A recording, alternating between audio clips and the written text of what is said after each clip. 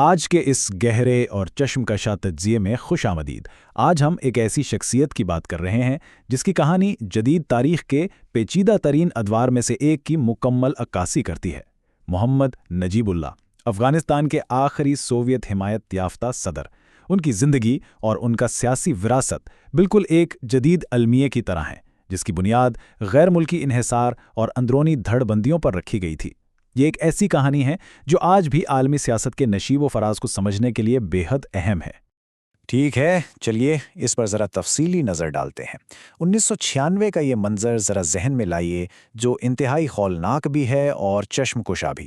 ایک سابق صدر جس نے کبھی پورے ملک پر آہنی ہاتھوں سے حکمرانی کی تھی، اب کابل میں اقوام متحدہ کے ایک چھوٹے سے کمپاؤنڈ میں پناہ گزین ہے۔ وہ بالکل تنہا ہے، چاروں طرف سے محصور ہے اور اپنے آخری ایام میں پیٹر ہاپکرک کی مشہور کتاب دی گریٹ گیم کا ترجمہ کر رہا ہے۔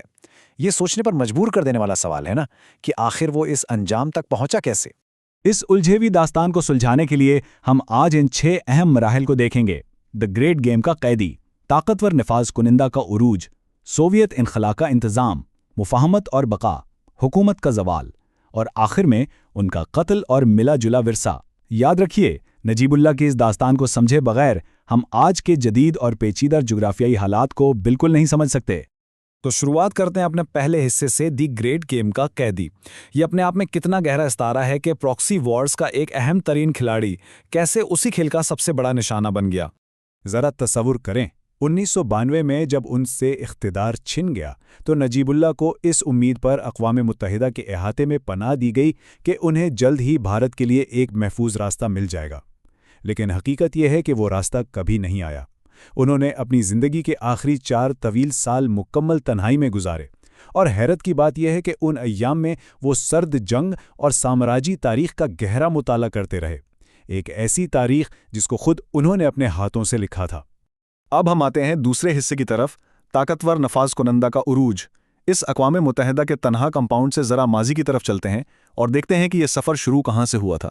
چلیے پیچھے چلتے ہیں اور دیکھتے ہیں کہ یہ سب کیسے پروان چڑھا۔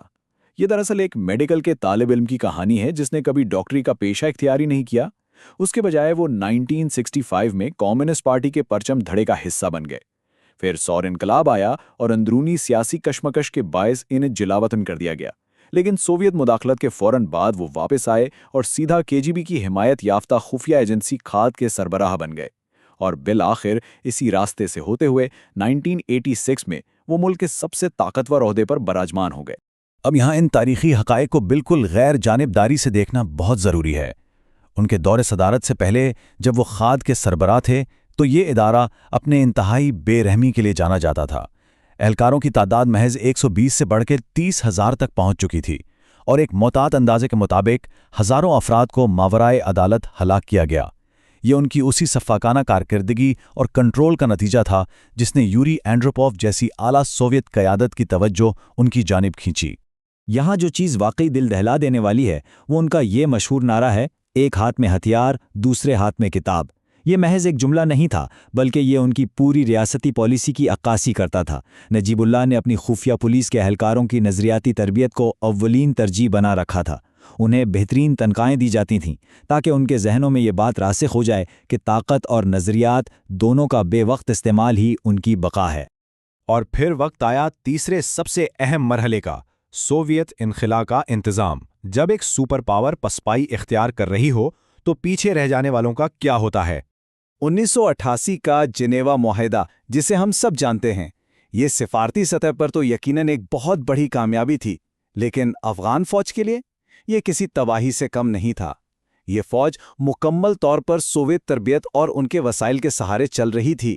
اس معاہدے نے واضح کر دیا کہ سوویت فوجی 1989 کے اوائل تک افغانستان چھوڑ دیں گے، اور اس کا سیدھا سا مطلب یہ تھا کہ نجیب اللہ کی حکومت اب بالکل بے آسرا ہونے والی تھی۔ اب یہاں آپ ان کی پوزیشن کا عجیب دہراپن ملاحظہ کریں۔ وہ قانونی طور پر ملک کے سربراہ تو تھے، لیکن حقیقت میں اقتدار کے لیے سوویت یونین پر مکمل انحصار کرتے تھے۔ انہوں نے سوویت قیادت، خاص طور پر جنرل ویلنٹن وارنیکوف سے بالکل کھلے عام کہا کہ وہ اس انخلا کو ہر ممکن حد تک روکنے کی کوشش کریں گے۔ کیوں؟ کیونکہ وہ بخوبی جانتے تھے کہ فوج کی واپسی کا مطلب ملک میں ایک خوفناک خون ریزی ہے۔ اور یہ بات ان اعداد و شمار سے شاندار طریقے سے واضح ہو جاتی ہے۔ $3 ارب،